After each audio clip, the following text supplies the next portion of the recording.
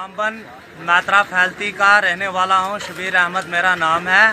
तो चुनाव वली worker union इन्होंने मेरे को पब्लिक का मोहरा बना के रखा और मेरे से जालसाजी करके मेरे को धोखाबाजी दी। मैंने लोगों की इनके पास फॉर्मेलिटियाँ दी, लेबर कार्ड के लिए, रजूम के लिए, पेंशन कार्ड के लिए, और लोगों से मैंने फीस भी इनके पास जमा की, इनको मैंने फीसें भी दी। और आज मेरे को पब्लिक जो है बहुत तंग कर रही है।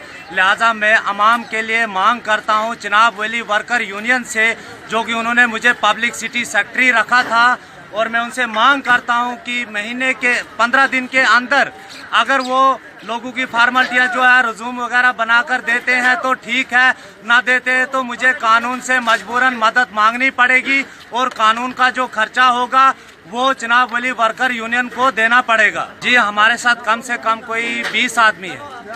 पहले फ़ोन पर भी राब्ता था, सब कुछ था। उन्होंने यहाँ रामबन में ऑफिस खोल रखे थे चुनाव वली वर्कर यूनियन ने, और आज ना वो ऑफिस यहाँ है ना उनके कोई फ़ोन नंबर, सब कुछ उन्होंने चेंज करके रखा है।